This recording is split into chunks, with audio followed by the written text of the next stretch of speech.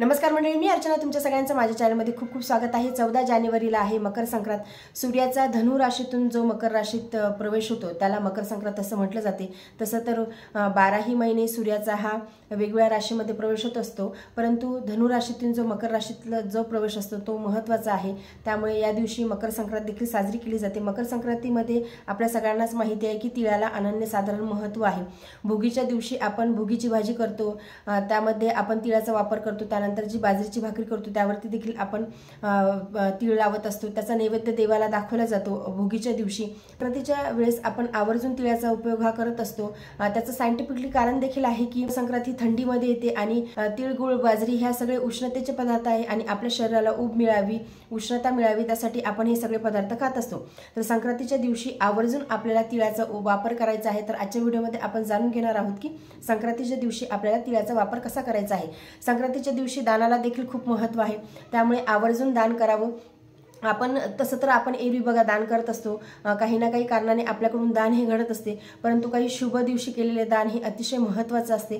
त्यामुळे संक्रांतीच्या दिवशी दान आवर्जून करावं। तुमच्या यथाशक्ती तुमच्याच्याने जसं जमेल तसं तुम्ही दान नक्की करा। तिळाचं दान करणे देखील संक्रांतीच्या दिवशी अतिशय शुभ मानले जाते, त्यामुळे तुम्ही संक्रांतीच्या दिवशी तिळाचं दान देखील करू शकता। भोगीच्या दिवशी देखील आंघोळीच्या पाण्यामध्ये पांढरे तीळ टाका। त्यानंतर संक्रांतीच्या दिवशी देखील तुम्ही जेव्हा आंघोळ करायला जाल तेव्हा त्यामध्ये थोडेसे पांढरे तीळ टाकायचे, अगदी 10-12 तरी टाकले तरी सुद्धा चालते, परंतु त्या पानाने तिळाच्या पानाने आंघोळ करायचं आहे। संक्रांतीच्या दिवशी आवर्जून सूर्याला अर्घ्य द्यावा। तसं तर संपूर्ण पौष महिना हा सूर्यदेवांना समर्पित असतो। यावरती मी व्हिडिओ देखील बनवलेला आहे की पौष रविवारचं व्रत वगैरे कसं केलं जाते, पौष महिन्यामध्ये काय करावं, काय नाही करावं, याबद्दलचे दोन्ही व्हिडिओ मी तुमच्यासोबत ऑलरेडी शेअर केले आहेत। पौष महिना हा सूर्यनारायण यांना समर्पित आहे। पौष महिन्यामध्ये सूर्यनारायणची भक्ती ही आवर्जून करावी, सूर्यनारायणाला अर्घ्य द्यावा। संपूर्ण पौष महिना तुमच्याकडून जर का शक्य झालं तर सूर्यनारायणाला अर्घ्य नक्की द्या, परंतु संपूर्ण पौष महिना जर का तुमच्याकडून शक्य नाही झालं तर मग रविवारी तरी सूर्याला अर्घ्य देण्याचा नक्की प्रयत्न करा। त्यानंतर मकर संक्रांतीच्या दिवशी देखील आवर्जून सूर्याला अर्घ्य द्या। मकर संक्रांतीच्या दिवशी सूर्याला अर्घ्य देताना तांब्यामध्ये पाणी घ्यायचं, त्यामध्ये हळद, कुंकू, अक्षदा, फुले टाकायची आहे, त्यामध्ये पांढरे तीळ देखील आवर्जून टाका आणि ते पाणी तुम्ही सूर्यनारायणांना अर्पण करायचं आहे। आणि अर्घ्य देताना कधीही लक्षात ठेवायचं की 8-9 पर्यंतच अर्घ्य द्यायचं, त्यानंतर सूर्याला अर्घ्य द्यायचा नाही, कारण की सूर्य हा खूप तेजस्वी झालेला असतो आणि तेव्हा आपल्याला सूर्याला अर्घ्य द्यायचा नसतो।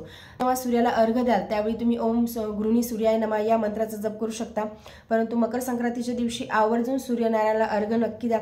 त्यानंतर देवांना तिळगुळाचा नैवेद्य दाखवा। तिळगुळाची पोळी देखील आपण या दिवशी करत असतो, तिळगुळाच्या पोळीचं देखील तुम्ही नैवेद्य दाखवू शकता। देवांना तुम्ही तिळगुळाचा नैवेद्य दाखवा।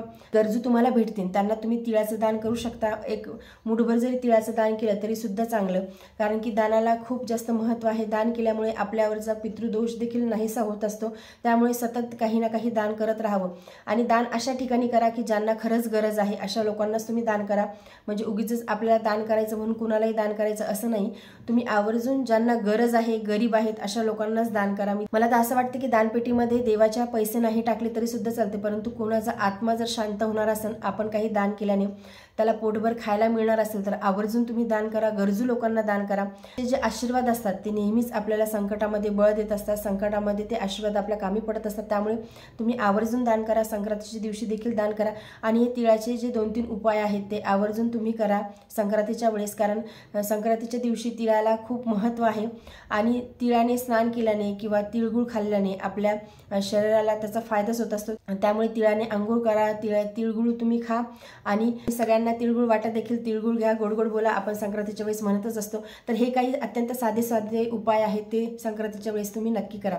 तर आजच्या व्हिडिओमध्ये एवढेच। व्हिडिओ जर तुम्हाला आवडला असेल तर व्हिडिओ लाईक करा, चॅनलवरती नवीन चॅनल सबस्क्राईब करा। जय गजानन, धन्यवाद।